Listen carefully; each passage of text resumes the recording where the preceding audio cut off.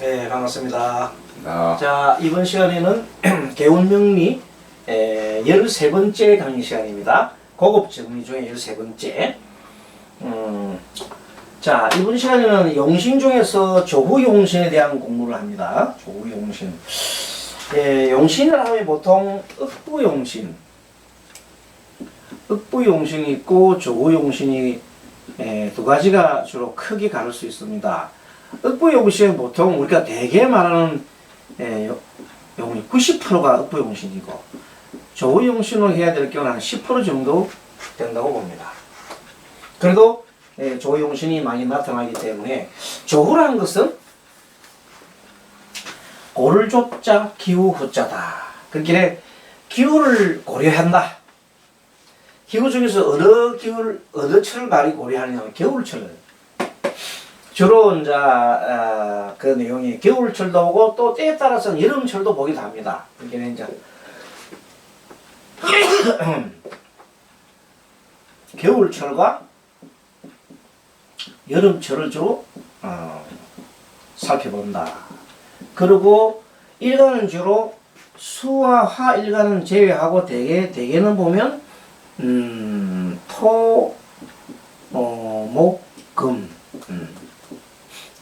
토일간, 목일간, 금일간이 주로 예를 들어서 겨울철 태어났다 하면 바로 고려를 해볼 사항이다. 저거를 고려해보자 이 말입니다. 자, 그러면은 이 사주는 간목이 겨울철에 태어났어요. 자, 간목이 겨울철에 태어났다. 그러니까 춥단 말이야. 원래 추울 때 태어났으면 따뜻한 화가 있으면 좋겠는데 이 경우는 겨울철에 태어났다 하더라도 바로 안전자리에 따뜻한 난로가 있어요. 와, 여기도 시도 보면 날 따뜻하고 여기도 화가 있어요. 화가 이렇게 많습니다. 이렇게. 비록 겨울철 태어났다 하나 겨울나무가 주변에 화가 많다면 온실에 있다. 온실에 화초다. 무조건 겨울철 나무를 해서 화를 좋아하는 게 아니라 온실에 있어 뜨거워 죽을 파이단 말이에요. 온실에 있으면 겨울철에도 옷을 벗어야 돼.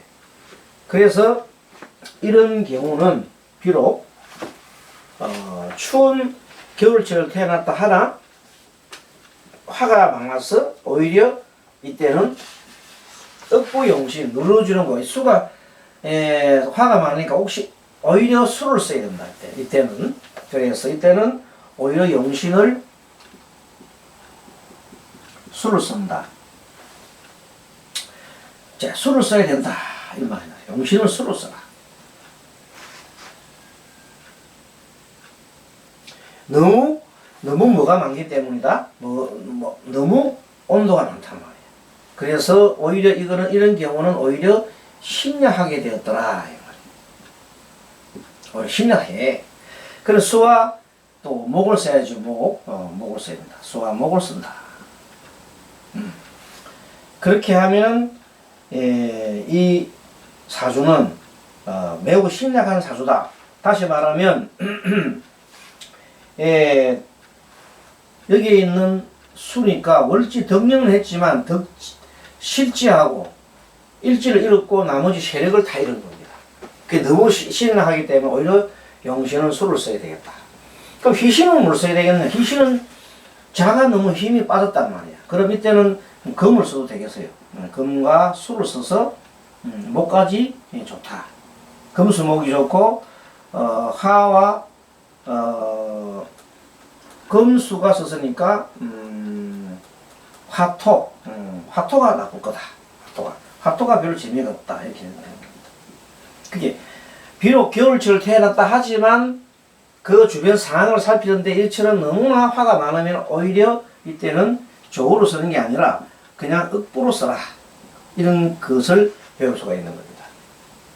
반대로 이번에는 뭐냐면 이 겨울철 나무가 한창 추운 겨울 태어났는데 여기는 주변에 수가 엄청 많아요. 하늘에 눈이 막 내리고 있어요. 이렇게 눈비가 막 내려요. 그러니까 이때는 겨울나무가 정말 춥기 때문에 당연히 고려할 것이 따뜻한 화가 필요하다. 화가 보입니다. 이렇게. 그래서 이 경우는 화가 필요하기 때문에 화하고 그 다음에 강한 술을 갖다가 막기 위해서 토가 필요해요. 화토가 오히려 필요해요. 자, 그리고 여기는 수가 나쁘고 목이 또 나쁩니다. 목이 나쁘다. 수목이 나쁘다. 이렇게 이걸 갖다가 보통 겨울나무다 이렇게 표현합니다. 겨울나무. 본래 겨울나무는 뭐냐면 화를 필요하고 또 토를 필요합니다. 그렇지만 이것은 반대였다 이 말이에요. 자, 그것을 우리가 잘 보면 그럼 여기는 이제 요거는 신야입니다. 신야하고 용신을 수로 했단 말은 인성을 썼다. 인성이면 정인입니다. 정인 인수를 썼기 때문에 신약 용인격이다. 용인격이다 이렇게 표현할 수 있습니다. 근데 이놈은 신강이라 말 안 씁니다. 이때는 신강해서 무슨 상관격 이렇게 안 쓰고 이거는 조후로 봐서 그냥 이거는 조후용신으로 쓰는 겁니다. 조후. 굳이 뭐 얘기한다면 뭐 상관을 썼으니까 상관격이다. 상관격이라 해도 괜찮겠습니다. 상관격 괜찮다. 이 사주는 이거가 또 비슷한데 여기는 끝이 임자, 병자, 을인데 여기는 임원인데 여기는 신입니다. 뭐 비슷합니다. 내용이. 똑같은 원리로 자 겨울철 나무가 주변에 물이 엄청 많습니다. 그리고 하늘에도 서리가 금이 하나 있으니까 더 춥지요. 그래서 이것도 시급하게 화가 필요한 사주다. 화가 필요한데 물이 막 이 화가 뭐냐면 식상이거든. 식상한다. 식상이 나와요. 이거 상관이다. 이 상관인데 이 상관은 수가 막 끌려고 그래. 너무 수가 두려워. 수가 두려우면 어떻게 됩니까?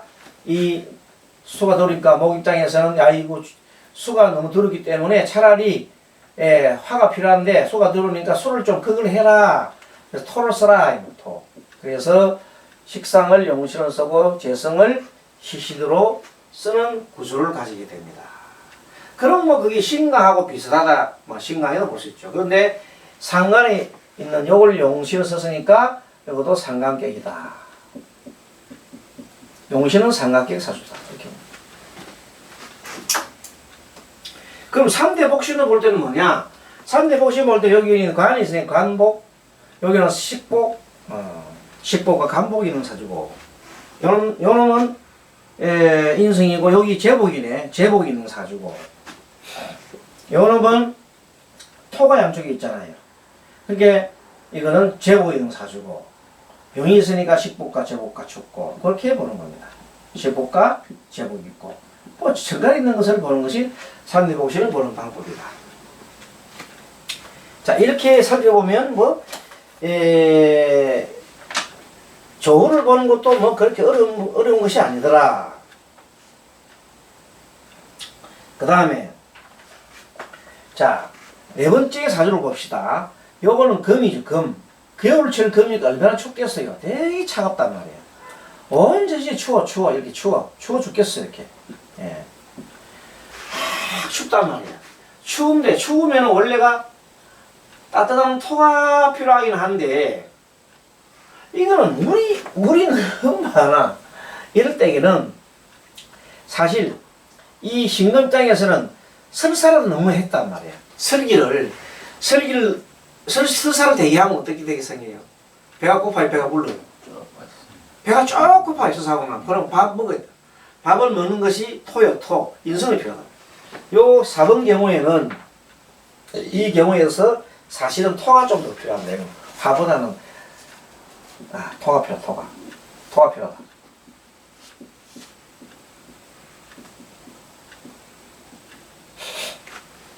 자, 그게 어떤 현상이냐면, 누가 겨울철에 꽁꽁 얼었어요.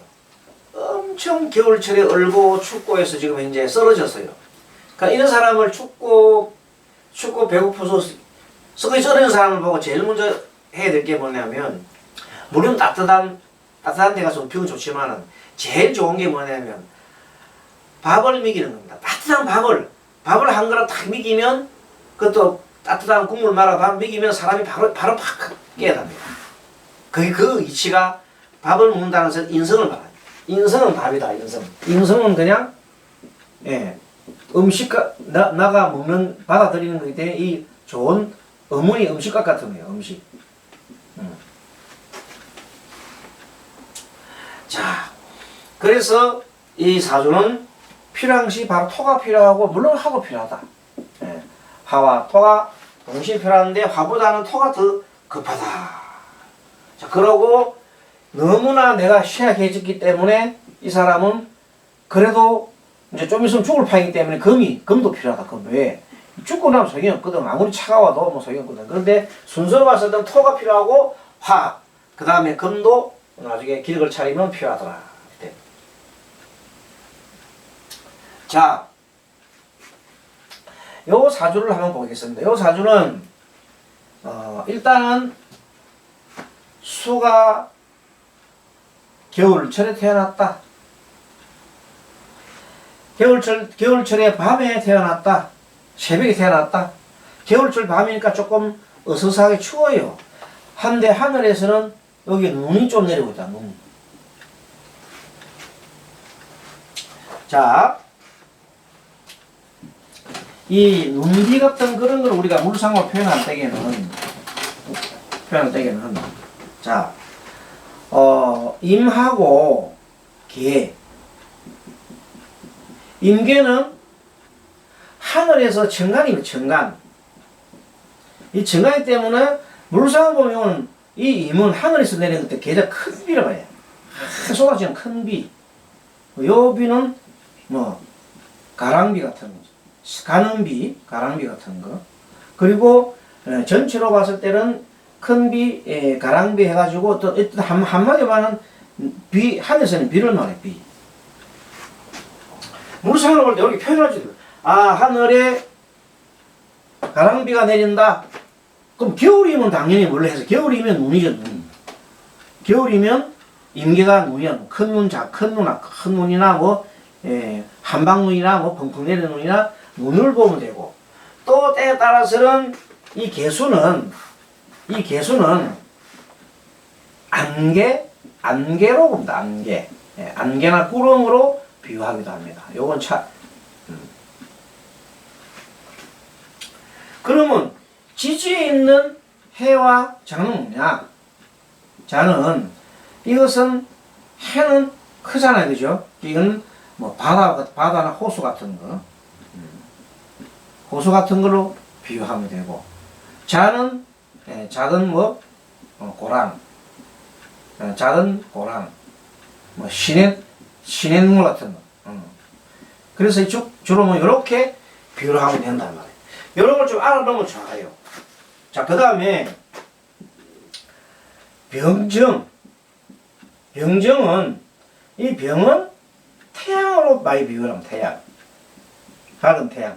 정화는 달이나 별이나 또는 등불 이런 걸로 비유합니다. 그러면 사나 옹은 뭐냐? 요거는 사 같은 거는 뭐 용광로 같은 따뜻한 거, 용광로 또는 뜨거운 난로, 뜨끈뜨끈한 난로, 오도 마찬가지로 난로 같은 것을 표현하면 되겠습니다. 뜨거운. 자, 주로 뭐 화와 목이 많이 얘기가 나오니까 뭐 또 그러다가 이왕 나왔으니까 하나 봅니다. 이왕 나왔으니까 자, 간목과 을목이 있으면 간목은 큰 나무예요. 큰 나무, 아름다리 나무. 을목은 이것은 화초, 꽃, 화초나 풀과 같은 그런 의미가 있다. 그러면 밑에 인목은 뭐냐? 이것도 마찬가지다. 인목. 여기 묘목도 마찬가지. 같이 보면 되겠습니다. 같은. 요거는 같이 보면 됩니다. 자, 그 다음에, 경금하고 신금은 어떻게 보느냐?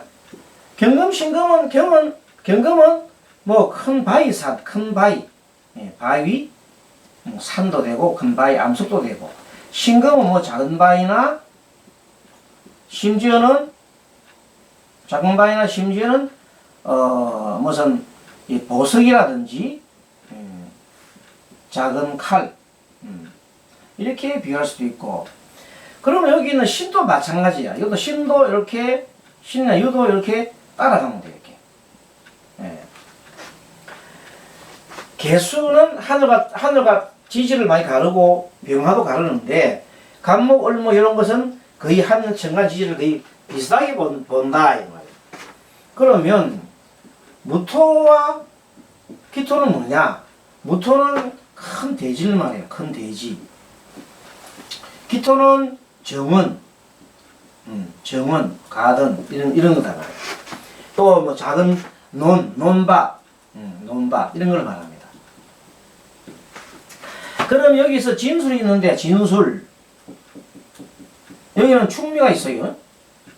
이거는 뭐냐면, 진은 넓지, 축축한 땅. 이거는 아주 그냥 사막 같은 이런 거. 요 축은, 요것도 석토예요, 석토. 석토지만 겨울철이니까 동토, 얼어 땅. 요 밑으로는 여름철에 아주 그냥, 큰 조토, 바짝 마른 조토. 이런 식으로 전체적인 식감이나 이것을 우리가 뭘로 해야 되냐면, 물상으로 알고 있으면 그림은 좋겠다. 그럼 이 사주는 뭐냐면, 자, 개수가, 원래 주인 개수단 말. 개수가, 이 자체가 원래가 물이야, 물. 그게 한마디로 말해서 개수가 작은 비요. 작은 비. 하늘의 작은 비. 이 작은 비가 옆에 있는 겨울철 맞으니까 눈이 돼가지고 눈이 지금 눈이 작은 눈이, 큰 눈은 아니고 눈이 막 내리는데 겨울철이더라고. 춥단 말이야.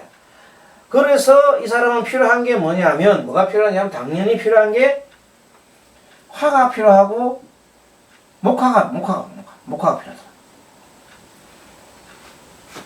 그래서 정안에 목이 있더라.